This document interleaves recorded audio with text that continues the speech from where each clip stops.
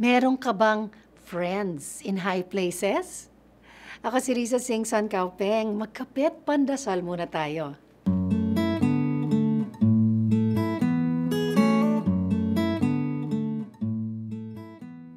It's nice to have powerful friends, especially here in the Philippines, who you know can be the deciding factor that lands you that lucrative deal, that much coveted position, or gets you out of a sticky situation. May kailangan ka sa kumpanyang yan.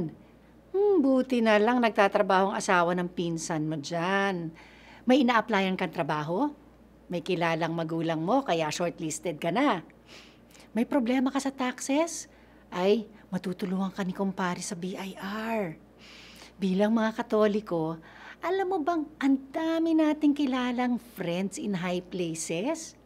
Pag may problema ka sa pamilya, tawagan mo si Saint Joseph, patron saint of fathers and families.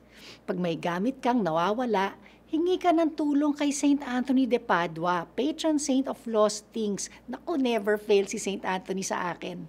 Pag kailangan mo ng protection against evil spirits, pray ka kay Saint Michael the Archangel. Ang dami-dami pang ibang mga santo na pwede nating hingan ng dasal.